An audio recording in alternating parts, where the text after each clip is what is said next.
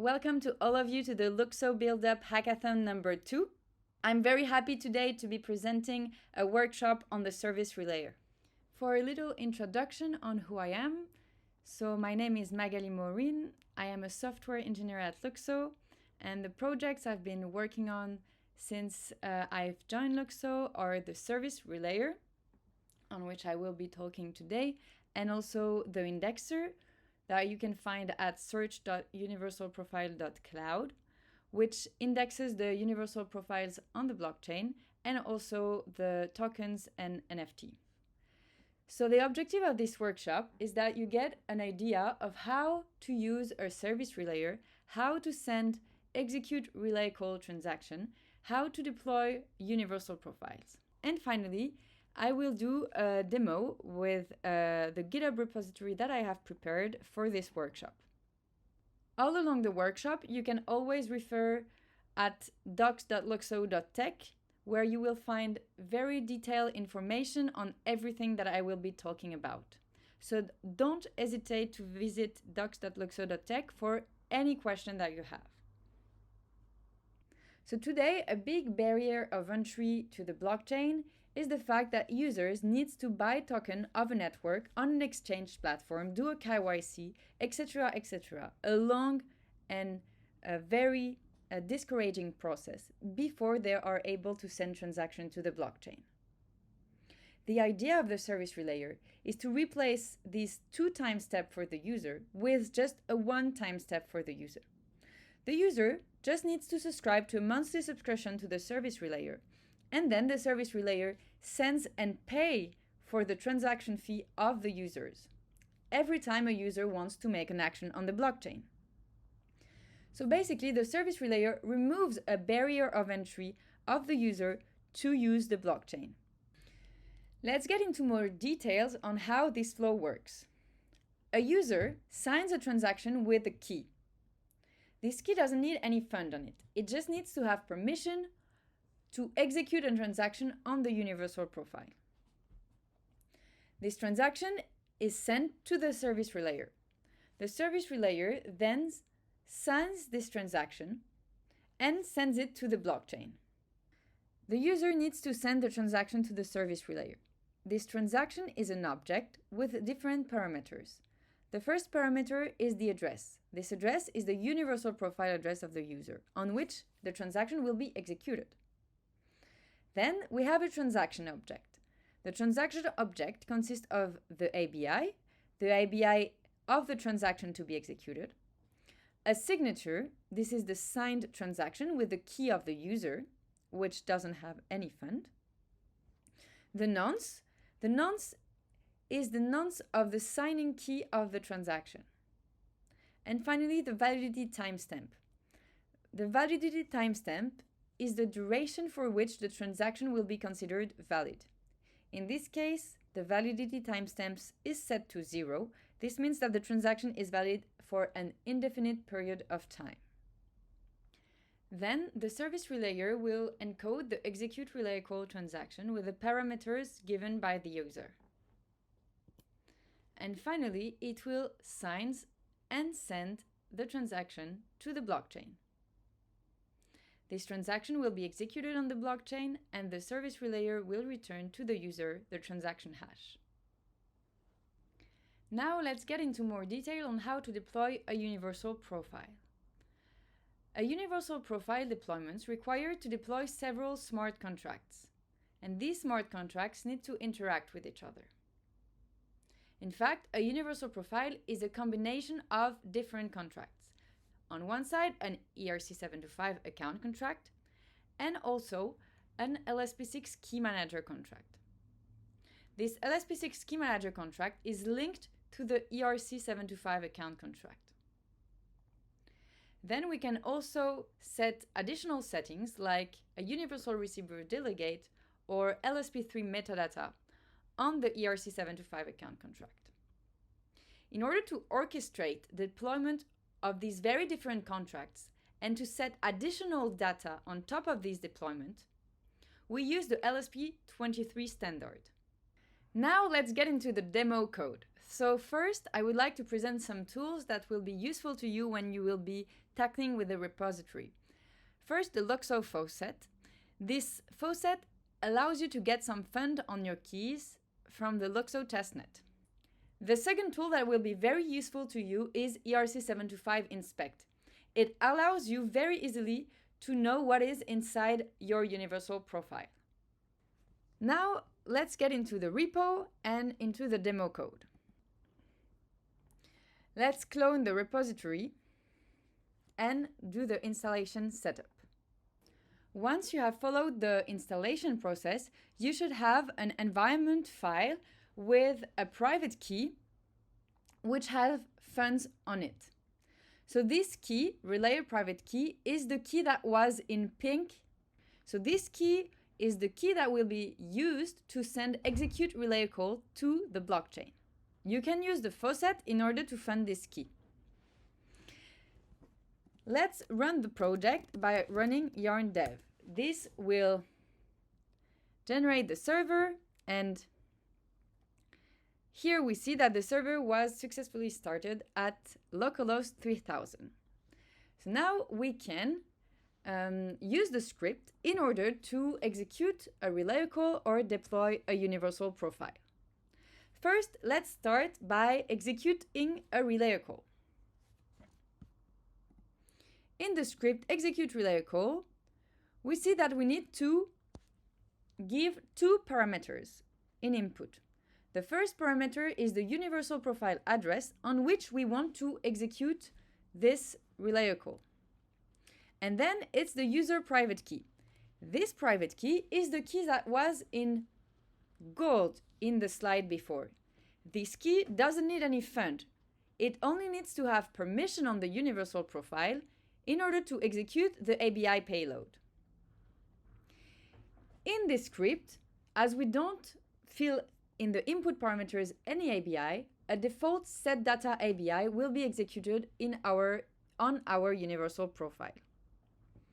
You can find this ABI in the generate body execute.ts file. It's this one. So this is the ABI that will be executed on the universal profile. It's a set data transaction, and it will set this default LSP3 profile data. As we want to execute a set data transaction on the universal profile, we need to make sure that the user private key has set data permission on the universal profile.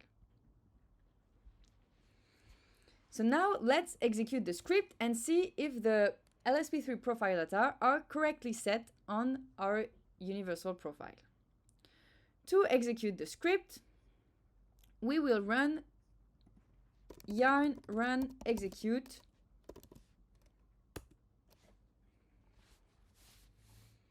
Here we see that the execute relay call request is being sent to the blockchain by the service relayer.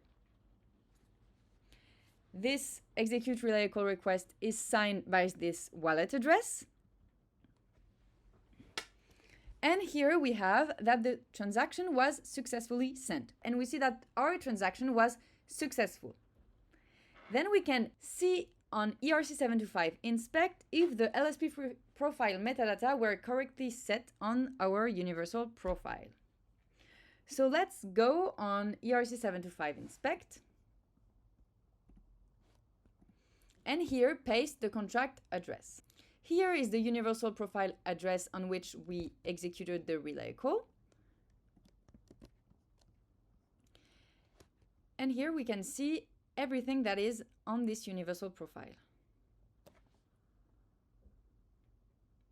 We see in LSP3 profile that here we have the LSP3 profile metadata that we wanted to set on it. So the execute relay call transaction was successfully executed. Now let's deploy a universal profile with the script. So the input parameters are a list of controllers addresses with permissions and LSP3 profile metadata to set on the deployed universal profile. So let's get into more detail on what does this list of controller means. So once the universal profile will be deployed, we want to set controller addresses on it with very specific permission. In order to encode and decode this permission, we can also use ERC725 inspect. I will do this here to show you how to do it. On ERC725 inspect, there is this key manager permission page where you can paste the permissions, and then it will decode for you the permission that it corresponds to. Here we can see that this corresponds to a set data permission. So once the universal profile will be deployed, it will have a controller with this address that will have the set data permission on it. It will also have this address, which will have other permissions on it, and also this address with these permissions. And finally, it will be deployed with this LSP3 profile metadata. So let's run the script deploy-up in order to deploy a universal profile and check if it was deployed with the correct inputs. For this, we run the script yarn run deploy-up. And let's see. So now the relayer received a request to deploy a universal profile. And here we see that the universal profile was successfully deployed. And here is the transaction hash on the block explorer. It was successful. And we can inspect the universal profile on ERC725 inspect. So if we go to the LSP6 address permission, here we see that this universal profile was deployed with 3 addresses as controllers. This is what we decided. And let's check that each of these addresses have the correct permissions. So for this, I will use the data fetcher. Here I will paste the universal profile address. And here I want to inspect the address permission for a specific address. Here I will paste the address of the controller, omitting the 2 first bytes. And I want to get the data. And here we see that the permissions that this address have on the universal profile is only set data. And this is what we were expecting. You can find more information on how each parameters is generated in the README.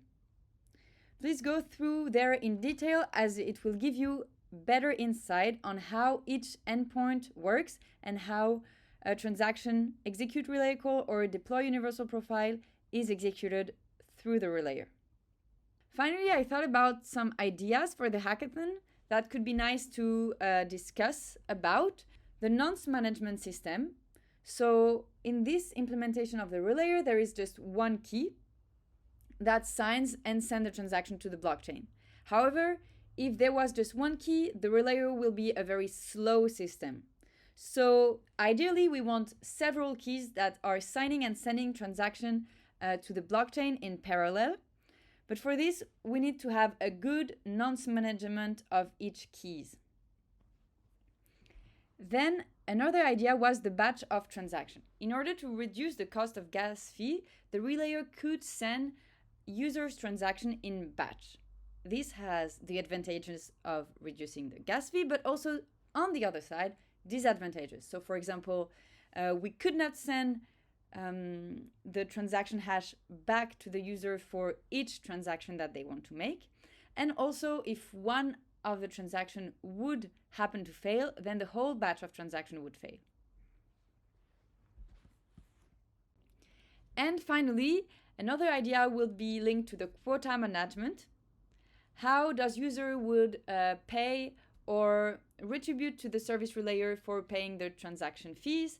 Would they pay on a monthly basis, or would it be another system that pay for the user? I think in this subject, we can be very creative on how to manage quota. So this is something definitely worth thinking about. So thank you very much for having followed this workshop. It was really a pleasure for me to present my work on the relayer. Don't hesitate, if you have any question, to come up to me on Discord. I will do my best to answer all your questions. I wish you the best of luck for the hackathon, and I'm very, very excited to see all the projects that you will come up with. And hopefully in the future, we can collaborate together and create and build very cool stuff on the Luxo blockchain.